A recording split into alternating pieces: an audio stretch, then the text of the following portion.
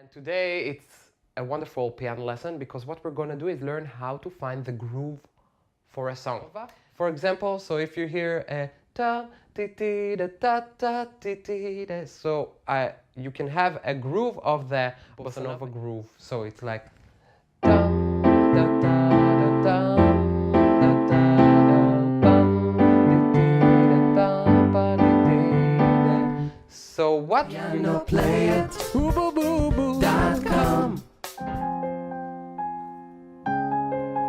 I just have to warn you guys.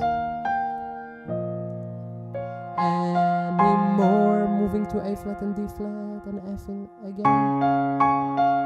Let it go and again the same time to see what I can do to test the limits and break through. No right, no wrong, no rule for me.